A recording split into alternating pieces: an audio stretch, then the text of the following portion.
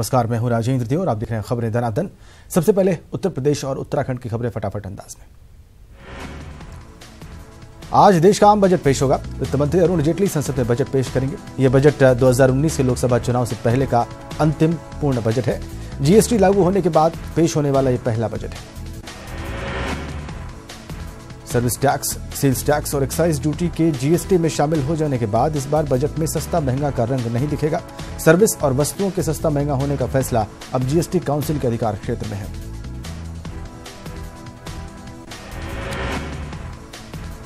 आम बजट में वित्त मंत्री मिडिल क्लास टैक्स पेयर्स को राहत दे सकते हैं। आयकर पर मिलने वाली छूट की सीमा को 2.5 लाख से बढ़ाकर 3 लाख किया जा सकता है। टैक्स स्लैब को आसान बनाने के लिए साथ ही वित्त मंत्री 5 लाख तक की आय वालों को भी राहत दे सकते हैं। 5 लाख तक की आय वालों के लिए 10% की जगह 5 से 7% टैक्स देने का ऐलान किया जा सकता है। रोजगार की बढ़ती मुश्किल के बीच उम्मीद है कि सरकार नई रोजगार नीति की घोषणा कर सकती है और स्वरोजगार के लिए इंसेंटिव का भी ऐलान संभव है। इस बार के आम बजट में कृषि पर भी खास ध्यान दिया जा सकता है। बजट में किसानों की आय को बढ़ाने के साथ ही खाद और बीज के लिए भी सब्सिडी का प्रावधान हो सकता है। महिलाओं की सुरक्षा और नौकरी में उनकी भागीदारी बढ़ाने के लिए भी बजट में कोशिश हो सकती है। महिलाओं को निवेश में कुछ अलग से भी छूट संभव है। आज के बजट में रेलवे सफर को आसान करने के लिए कुछ सुविधाओं का ऐलान संभव है। रेल सुरक्षा के लिए कुछ बड़ी तकनीकी घोषणा भी की जा सकती है। इस बार के बजट में रेल किराए में बढ़ोतरी की उम्मीद कम है। रेलवे की ऑनलाइन बुकिंग के लिए एमडीआर 4 छूट की सीमा को बढ़ाया जा सकता है। यूपी अध्यक्ष सोनिया गांधी ने आज विपक्षी दल के नेताओं की एक बैठक बुलाई है। आज की बैठक में विपक्ष के नेता संसद के बजट सत्र के लिए रणनीति पर चर्चा करेंगे। कासगंज हिंसा में मारे गए चंदन गुप्ता की मां ने शिव मंदिर में अपना सिर पटक लिया। गंभीर चोट लगने पर पुलिस ने उन्हें घर पहुंचाया। कासगंज के चंदन हत्याकांड के आरोपी सलीम की आज कोर्ट में पेशी होगी। कल हत्या में प्रयुक्त तमंचा सलीम की निशानदेही पर बरामद किया गया था। प्रदेश सरकार के कद्दावर मंत्री सुरेश राणा ने कासगंज की घटना को दुर्भाग्यपूर्ण बताया। रामपुर के भाजपा सांसद नेपाल सिंह ने कासगंज हिंसा पर बोलते हुए कहा है कि इस तरह की घटनाओं की पुनरावृत्ति न हो, इस पर ध्यान देना चाहिए। सपा नेता आजम खान ने कासगंज दंगे को भाजपा की चुनावी तैयारियों की शुरुआत बताया। उन्होंने कहा कि 2019 से पहले प्रदेश में चुनावी फायदे के लिए दंगे कराने की यह भाजपा की रणनीति है। मैनपुरी में हिंदू जागरण मंच के प्रदेश उपाध्यक्ष लक्ष्मण गुप्ता ने तिरंगा यात्रा के समापन के दौरान समुदाय विशेष के विरोध में विवादित बयान दिए हैं। उन्होंने कहा कि घटना करने वालों के संबंध आईएसआई से। मैनपुरी में बुधवार को विश्व हिंदू परिषद के नेतृत्व में कई संगठनों ने तिरंगा यात्रा निकाली। ये तिरंगा यात्रा शहर के घंटाघर के शहीद पार्क से निकाली गई। लखनऊ में बुधवार की रात पारा इलाके में पुलिस और बदमाशों में मुठभेड़ हुई। इसमें पश्चिम यूपी के बदमाश नरेश भाटी के पैर में गोली लगी है। नरेश का साथी कुलदीप जाट को पुलिस ने गिरफ्तार किया है।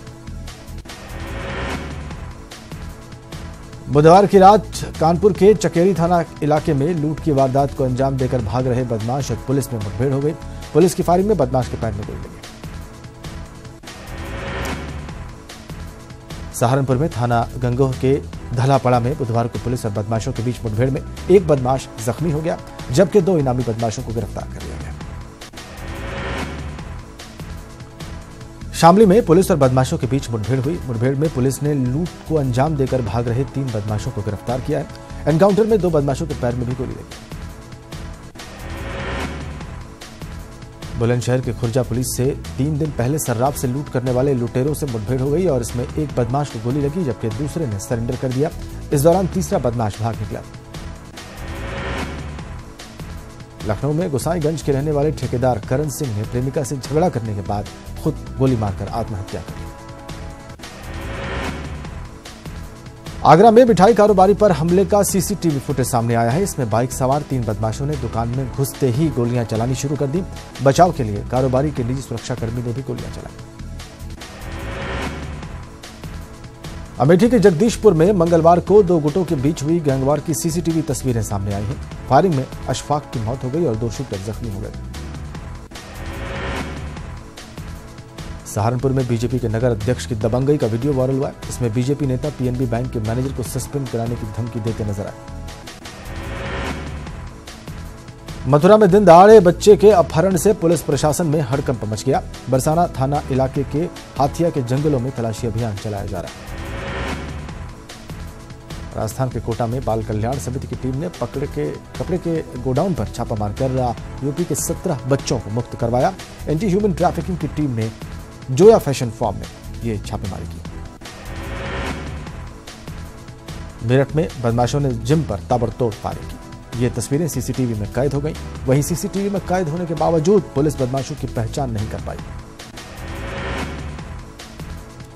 गोरखपुर में पेड़ काटने के विवाद में दो पक्षों में जमकर मारपीट हुई।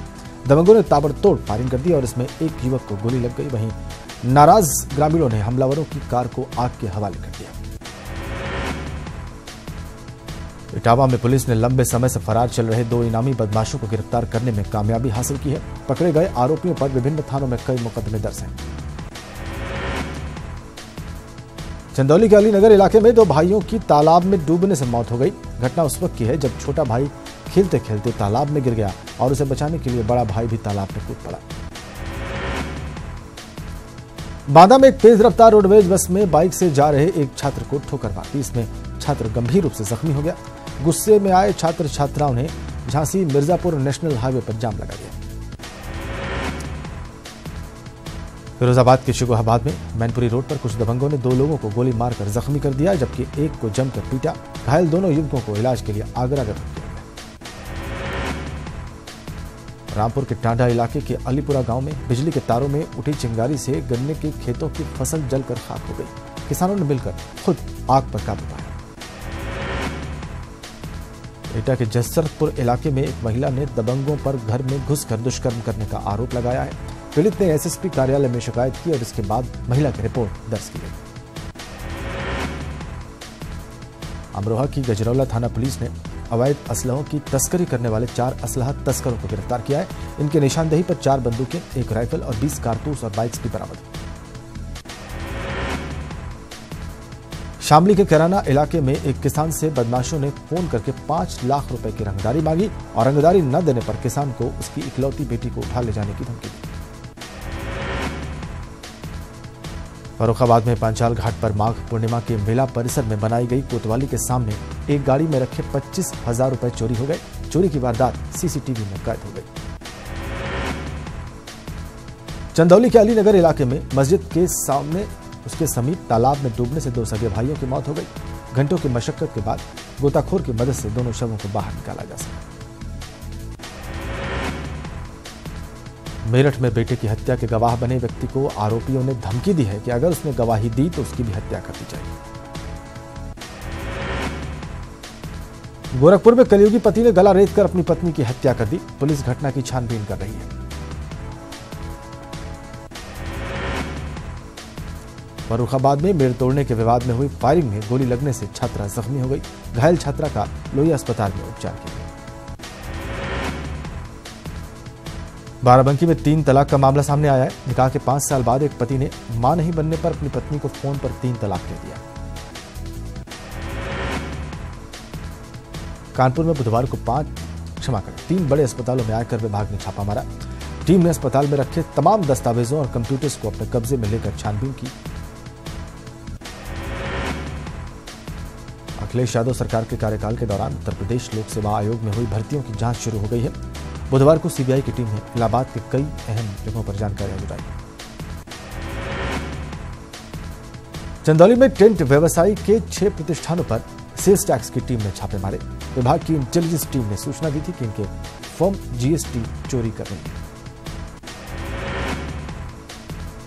बागपत में अपर जिला न्यायाधीश की कोर्ट ने अपहरण और हत्या के मामले में कुख्यात बदमाश को आजीवन कारावास की सजा सुनाई। पीलीभीत में युवती ने आरोप लगाया है कि एक फौजी ने शादी का झांसा देकर 2 सालों तक उसका शारीरिक शोषण किया।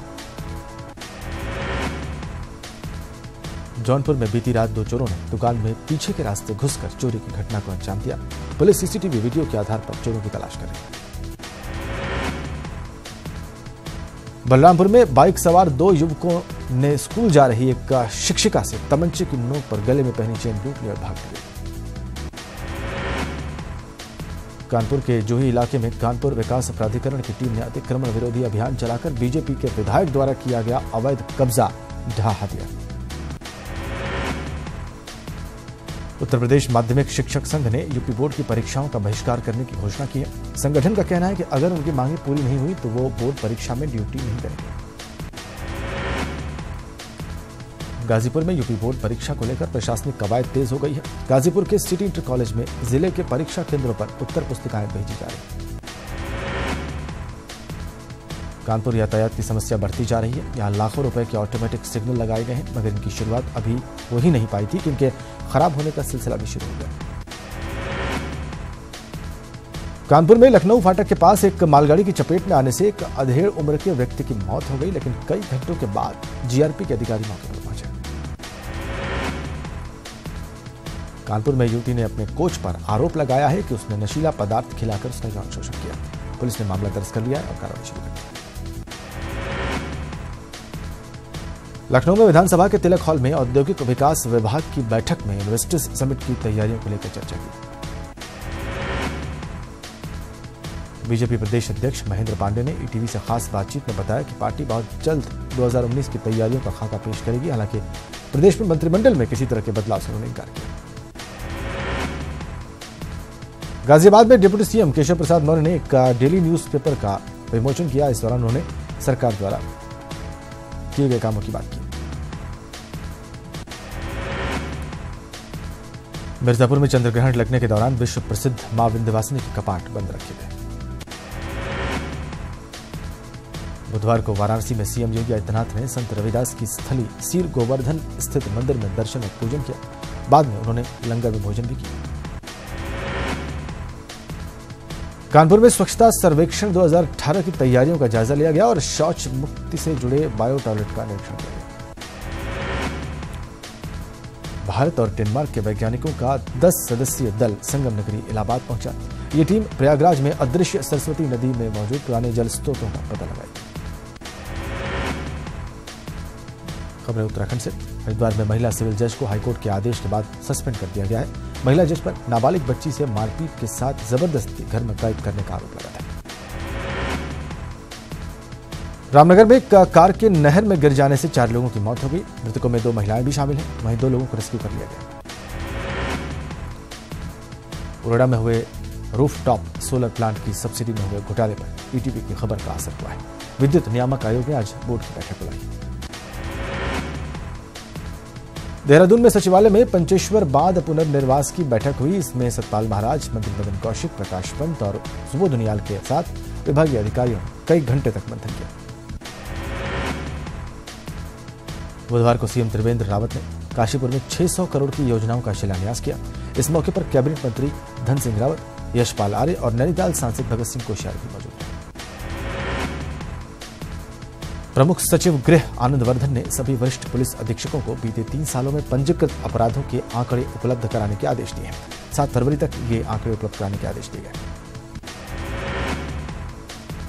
ऋषिकेश में निर्माणाधीन मोदी भवन पर एचआरडीए के अधिकारियों की लापरवाही को लेकर स्पीकर प्रेमचंद्र अग्रवाल ने कहा कि कांग्रेस शासनकाल में तत्कालीन हरिद्वार डीएम हरिवंश चूक से मैंने शिकायत की थी तो उन्होंने कार्रवाई की जगह मुझे कोर्ट जाने को कह दिया। खटीमा के किलपुरा रेंज में एक गुलदार के फंदे में फंसने का मामला सामने आया है। वहीं वन विभाग के अधिकारियों ने बहुत मशक्कत के बाद गुलदार को फंदे से निकाला। मसूरी की एलबीएस अकादमी के सुरक्षा गार्ड देव सिंह और मेस में वेटर का काम करने वाले विनय को पुलिस ने चरस के साथ गिरफ्तार किया। श्रीनगर गढ़वाल में जीआईटीआई मैदान के पास मिले एक अज्ञात युवक के शव की शिनाख्त नहीं हो पाई और न ही पुलिस को अब तक कोई सुराग मिल पाया। कोटद्वार में तेज रफ्तार बेकाबू स्कूटी सवार ने कार को पीछे से जोरदार टक्कर मार दी। हादसे में स्कूटी सवार गंभीर रूप से जख्मी हो गया। उधम सिंह नगर में हुए 300 करोड़ रुपए के NH-74 भूमि मुआवजा घोटाले में एसआईटी ने सभी गिरफ्तार आरोपियों की चार्जशीट तैयार कर ली है। 2 फरवरी को एसआईटी कोर्ट में चार्जशीट दाखिल करेगी। श्रीनगर गढ़वाल में गैरसैंण राजधानी आंदोलन के तत्वाधान में बैठक आयोजित हुई। इसमें उन्होंने राज्य सरकार से गैरसैंण को स्थायी राजधानी घोषित करने की मांग की। बोर्ड परीक्षाओं में नकल विहीन परीक्षा कराने के लिए मुख्य सचिव ने सभी जिलाधिकारियों को महत्वपूर्ण निर्देश जारी किए। 30 जनवरी से शुरू हुए पेयजल निगम कर्मियों की तालाबंदी बुधवार को खत्म हो गई। पेयजल मंत्री प्रकाश पंत के आश्वासन के बाद कर्मचारियों ने हड़ताल खत्म कर दी। रुड़की पुलिस ने लूट की घटना का खुलासा किया। आरोपी भतीजे को गिरफ्तार कर लिया। आरोपी ने अपने चाचा का ट्रैक्टर चोरी करके बेच दिया था। नैनीताल के ओकवुड स्कूल में लगातार कर्मचारियों को निकाला जा रहा है। इससे आक्रोशित कर्मचारियों ने स्कूल प्रबंधन के खिलाफ मोर्चा खोल दिया। बागेश्वर की जनता को टनकपुर से बागेश्वर तक रेल लाइन निर्माण को लेकर केंद्र से बहुत उम्मीदें हैं। स्थानीय लोग इस रेल मार्ग के निर्माण की मांग कर रहे हैं। मसूरी में देवप्रयाग विधानसभा के विधायक विनोद कंडारी को सम्मानित किया गया। आपको बताएं कि 20 जनवरी को भारतीय छात्र संसद फेडरेशन फाउंडेशन द्वारा पुणे में विनोद कंडारी को आदर्श युवा विधायक का सम्मान दिया गया था। रुद्रप्रयाग के पबड़ासू गांव पानी की एक बूंद को मोहताज है। अलकनंदा नदी के किनारे बसे होने के बावजूद भी गांव में न तो पीने का पानी है, न ही सिंचाई के लिए एक बोतल। टिहरी में सड़क सुरक्षा और यातायात व्यवस्था को लेकर पुलिस और आरटीओ विभाग ने का वर्कशॉप का आयोजन किया। बागेश्वर में सुरक्षित यातायात व्यवस्था को लोगों को सड़क सुरक्षा की इसमें जानकारी दी गई। साथ ही पुलिस ने यातायात नियमों का पालन नहीं करने पर कई लोगों के चालान काटे।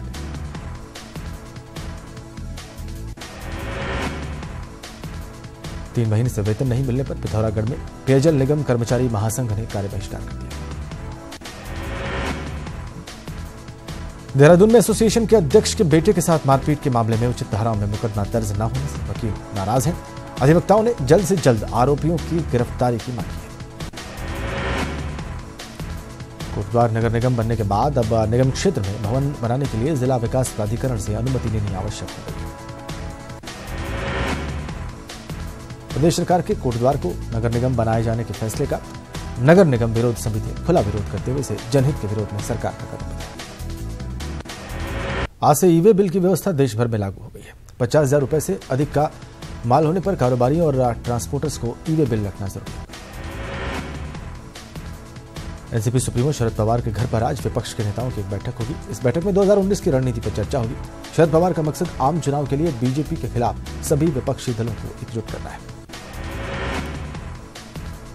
राजस्थान में 3 सीटों पर हुए उपचुनाव के नतीजे आज आएंगे। राजस्थान में 2 लोकसभा अजमेर और अलवर और 1 विधानसभा सीट मांडरगढ़ में 29 जनवरी को वोट डाले गए थे। पश्चिम बंगाल के उलबेरिया लोकसभा और नौपाड़ा विधानसभा सीट पर हुए उपचुनाव के नतीजे भी आज ही घोषित किए जाएंगे।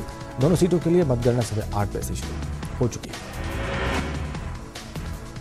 अमेरिकी न्यू वर्ल्ड हेल्थ संस्था ने भारत को टॉप 10 अमीर देशों की लिस्ट में सबसे ऊपर जगह दी है। सबसे अमीर देशों की इस लिस्ट में भारत 8,203 अरब डॉलर की कुल संपत्ति के साथ 6ठे नंबर पर है। लिस्ट में अमेरिका पहले, चीन दूसरे और जापान तीसरे नंबर पर है। अमेरिका के कैलिफोर्निया में एक हेलीकॉप्टर के मकान पर गिरने से 3 लोगों की मौत हो गई। इस हादसे में 2 लोग गंभीर रूप से जख्मी हुए। इनका इलाज स्थानीय हॉस्पिटल में चल रहा है। अमेरिकी secretary of state Rex Tillerson ने आतंकी संगठन तालिबान के खिलाफ बाकी देशों से एकजुट होने की अपील की है। टिलरसन ने कहा कि जितने भी देश अफगानिस्तान और दुनिया में अमन चाहते हैं उन्हें अब साथ आना होगा। खेल की बातें। भारत और दक्षिण अफ्रीका के बीच 6 मैचों की वनडे सीरीज का पहला मैच आज डरबन में खेला जाएगा। टेस्ट सीरीज के आखिरी मैच में प्रोटियाज पर शानदार जीत के बाद विराट सेना वनडे सीरीज में जीत के साथ शुरुआत करना चाहेंगे। साउथ अफ्रीका के खिलाफ वनडे सीरीज में मिस्टर कूल धोनी के पास नया रिकॉर्ड बनाने का मौका होगा। धोनी इस सीरीज में 102 रनों का आंकड़ा पार करते ही वनडे में 10,000 रन पूरे। भारतीय कप्तान विराट कोहली भी प्रोटियाज के खिलाफ वनडे सीरीज में 100 छक्के लगाने वाले बल्लेबाजों के क्लब में शामिल हो सकते हैं। कोहली अब तक का 202 वनडे मैचों में 98 छक्के लगा चुके हैं। और अब कुछ और खबरें। विश्व की सबसे ऊंची 108 फीट भगवान ऋषभ देव की प्रतिमा का दूसरा प्रतिष्ठापना महोत्सव 26 से 28 जनवरी तक धूमधाम से मनाया गया। यह भव्य कार्यक्रम महाराष्ट्र के नासिक में वृषभगिरी और ऋषभदेवपुरम के मांगी तुंगी में गढ़नी प्रमुख श्री ज्ञानमती माताजी के नेतृत्व में संपन्न हुआ। इसमें देश भर से आए अतिथियों ने हिस्सा लिया और सभी भक्तों ने पूज्य ज्ञानमती माता जी को मांगी तुंगी में आगामी चतुर्मास के लिए पुरजोर का निवेदन किया। पहली बार इस मूर्ति का प्रतिष्ठापना महोत्सव 11 फरवरी 2017 को मनाया गया था। इसमें नवग्रह के 9 तीर्थंकरों का पंच कल्याण किया गया।